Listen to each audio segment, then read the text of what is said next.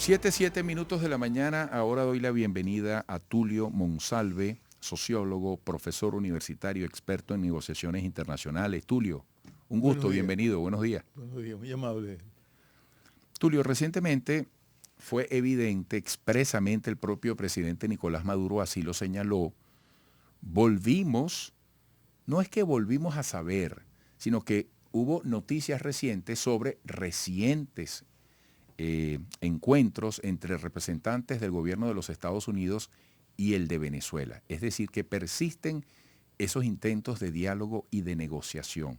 Mucho se ha dicho en el análisis que Venezuela dialoga directamente con los Estados Unidos a nivel de gobiernos. ¿Eso qué valor tiene dentro de lo que estamos viviendo los venezolanos en la búsqueda de despejes en nuestro camino, en la búsqueda de acuerdos y de decisiones en la pluralidad de la política que nos benefician a todos los venezolanos? Tiene en primer lugar, tiene un tipo de circunstancia de valor muy particular por cuanto las sanciones, quiera sea o no, nos afectan a todos. Eso es definitivo.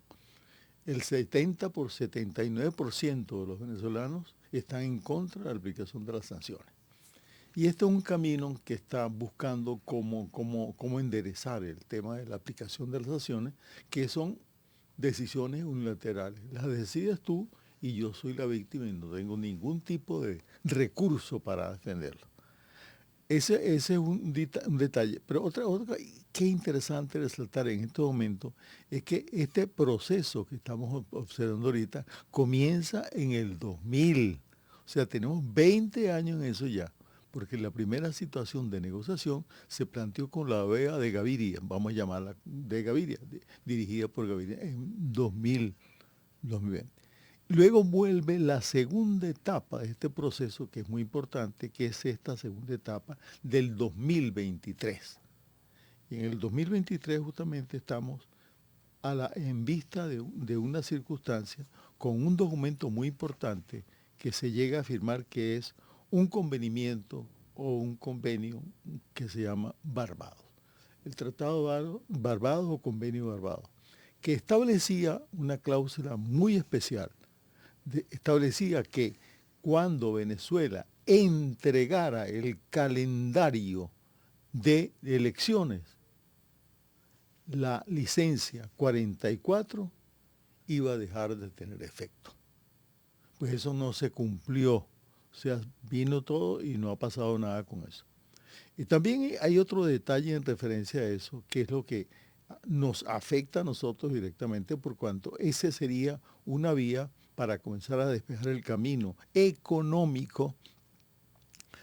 Pero felizmente se ha dado una circunstancia extraordinaria, y es que Venezuela ha seguido relativamente bien y no ha tenido, digamos, trastornos terribles como en otras sociedades, sino que a trancas y barrancas seguimos avanzando, seguimos haciendo cosas, y aparece luego ciertos indicadores económicos o instituciones que hacen análisis y proyecciones, caso de Claxo y caso de otros organismos de investigación, que dicen que hay una posibilidad de llegar a 4 o 5% de crecimiento con la El situación de mismo las Fondo sanciones. Monetario Internacional. El mismo Fondo Monetario Internacional, por supuesto, también lo ha declarado.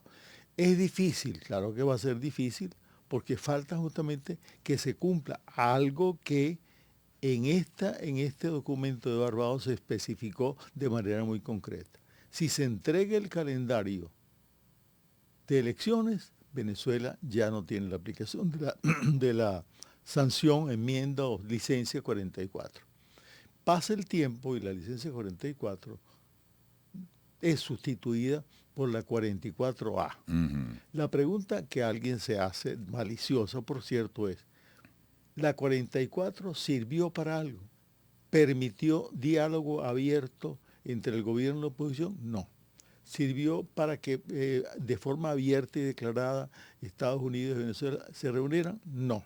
¿Sirvió para tumbar el gobierno? No. ¿Sirvió para que hubiese un ambiente de orden político más claro que el anterior? No. Entonces uno pregunta, bueno, si la 44 la aplicaron y no sirvió, ¿para qué vas a aplicar ahora la 44A, que es la misma? O sea, no tiene sentido. Ahora fíjate, Tulio, Ujú, ¿cómo aproximarnos a una visión de corta o mediana perspectiva en este tema? Como se dice en criollo, ujú, fíjate que las sanciones van con la cabulla corta, con sí. la rienda recogida, Ujú. porque van corriendo la arruga en plazos pequeños. Ahora hay que esperar hasta el 31 de mayo. Y vienen dos procesos electorales en cada uno de estos países que están en el medio de la decisión y el sufrir de las consecuencias del tema de las sanciones, Estados Unidos y Venezuela. ¿Es previsible un cambio sustancial, vamos a decir incluso, ojalá fuese así, en términos positivos, en el corto o mediano plazo, cuando se pase por estas fechas electorales para cada país? ¿Eso podría ser determinante? Podría- ¿O no es, necesariamente?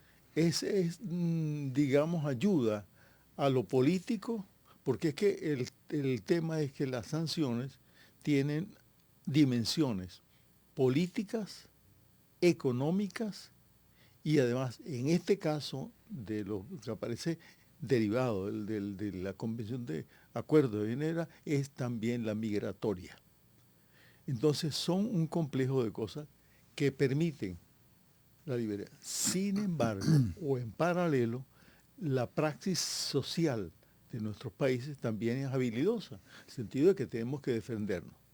Y esa defensa ha permitido que de manera un poco irregular, si se quiere, como, depende cómo querramos verla, nuestros países han seguido comerciando de manera, digamos, un tanto subversiva, por así decirlo, por cuanto no se hace con la apertura que debe darse y lógicamente es limitado. Limitado porque cuando se vende el petróleo, que es el fundamental producto de exportación nuestro, pues si lo vendes bajo estas condiciones, que no te permite liberalidades por el peso de la sanción 44A o la 44, pues obviamente el comprador te va a decir, mira, tú estás fregado, si quieres te compro, pero a tales condiciones.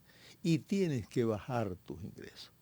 Todos esos elementos, sin embargo, siempre hay la posibilidad, como se está visualizando ahora, y es parte del problema ya para Estados Unidos, que es muy importante esto, que parte del petróleo venezolano se está desviando a Rusia, se está desviando a China, se está desviando a países del sudeste asiático, se está vendiendo con la India.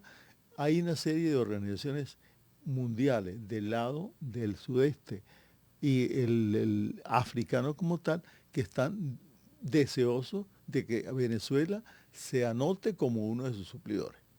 Eso lógicamente ha sido una cosa que ha preocupado al gobierno norteamericano, porque quierase o no, la situación de desviación de sus reservas petroleras para abastecer el mercado europeo y lo que solicita la guerra de Ucrania y luego la nueva tensión creada alrededor de Palestina, pues obviamente va a hacer que los suplidores de petróleo para Estados Unidos se vean reducidos. Y eso los preocupa a ellos. Y es justamente lo que en parte ha permitido que afloje esto. Bueno, Pero Tulio, se me agotó el tiempo, pero sí, lo que querías decir en segundos. no, que hay que entender, hay que ver que el proceso que sigue es bien interesante. Es interesante porque políticamente también tiene que ver con otro asunto histórico que va a darse, puede ser que se dé o no, pero está ahí pendiente, que es el de una transición. Y Venezuela ha vivido históricamente de transiciones. La transición de España, la transición luego de la independencia, por supuesto la independencia, la transición que se da de los gobiernos del siglo anterior hasta la llegada de Gómez y luego hay una transición, gobiernos a donde se estabiliza Venezuela por 40 años, con una dictadura por supuesto, pero se estabiliza. Viene el 40 otra transición que llega con la democracia, 40 años más, también lleva a otra transición, que es la aparición del gobierno actual, y ese gobierno pues tiene ya 20 años en esto. Entonces, hemos vivido de transiciones siempre motivados por factores externos a nosotros. Bueno. Tulio, queda tiempo para nuevos encuentros y continuar en estos temas que no tienen fondo, no tienen fondo. Un gran abrazo, hasta pronto. Gracias, muy amable, y gracias por tu invitación, como siempre. Gracias a ti, Tulio Monsalve, sociólogo, profesor universitario, experto en negociaciones internacionales. Amigos, sigan allí.